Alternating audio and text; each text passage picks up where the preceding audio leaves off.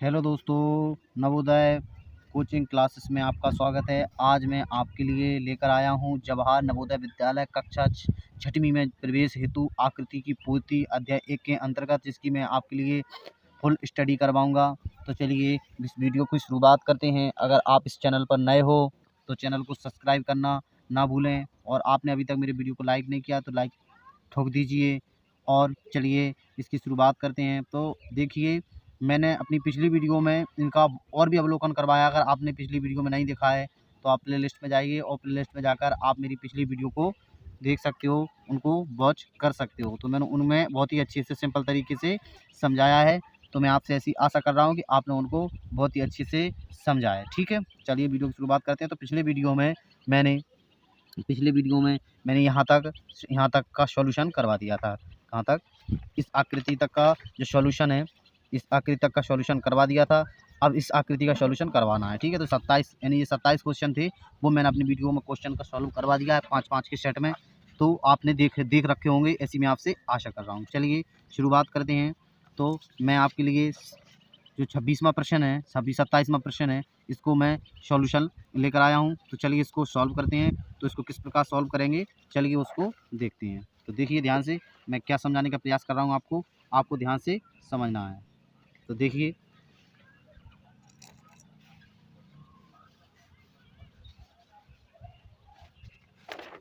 इसको थोड़ा मैं इसको एक्सचेंज कर लूँ।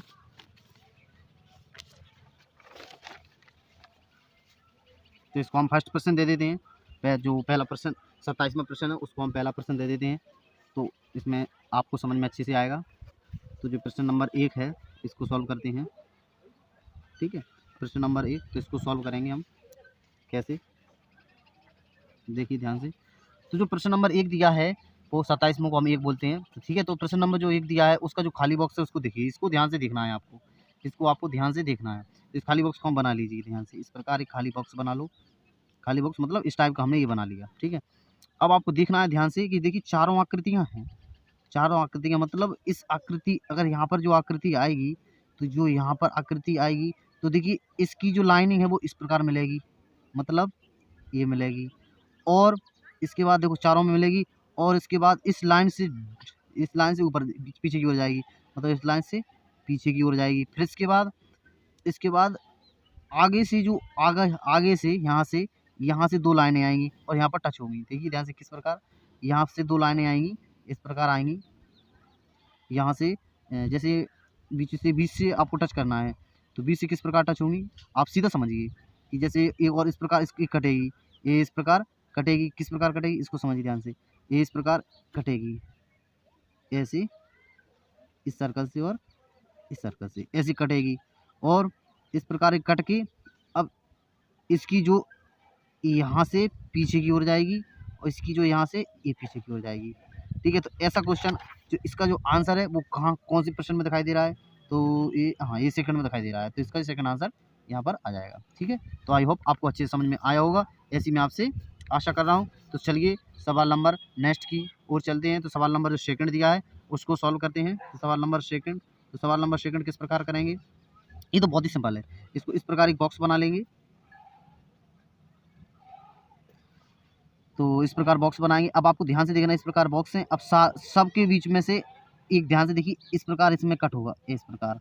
इसमें हम क्या करते हैं, यहाँ पर एक कट मार लेते हैं, ऐसे ही छोटा सा इस प्रकार कट मार लेते हैं। तो इसकी ये पूर्ति हो जाएगी। इसके बाद और क्या, एक बीच में सर्कल होगा, सब बीच में एक सर्कल बना लेते हैं।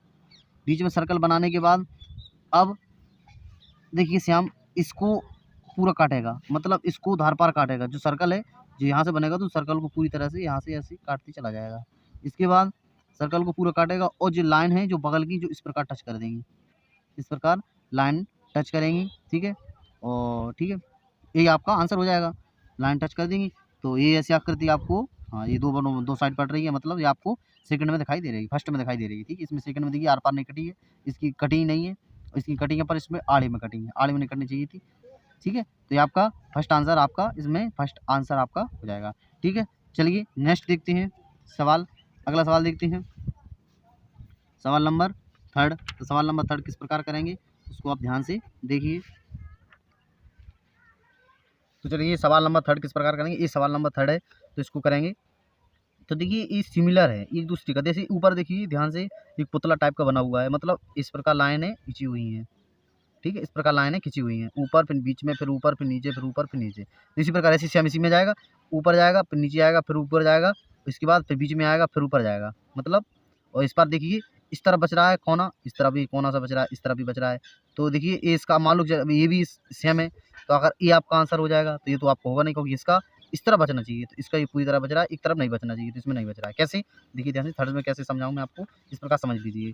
जैसे एक खाली बॉक्स है, इस प्रकार हम खाली बॉक्स बना लेते हैं,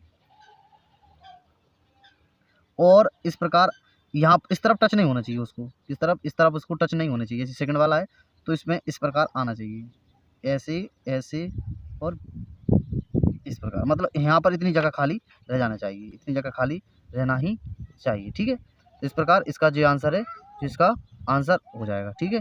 इसके बाद सवाल नंबर देखिए, तो इसका जो आंसर है वो सेकंड वाला इसका आंसर हो जाएगा। सवाल नंबर देखिए, सवाल नंबर 4, तो सवाल नंबर हम 4 को करते हैं सॉल्यूशन। तो सवाल नंबर 4 किस प्रकार करेंगे, तो चलिए सवाल नंबर 4 की ओर चलते हैं। तो सवाल नंबर 4 में किस प्रकार दिया है, जैसे इस प्रकार इस बॉक्स में खाली दिया है, तो हम यहाँ पर खाली बना लेते हैं एक बॉक्स। देखिए यहाँ पर इस प्रकार हम एक खाली बॉक्स बनाएंगे, इस प्रकार एक खाली बॉक्स बना लेते हैं।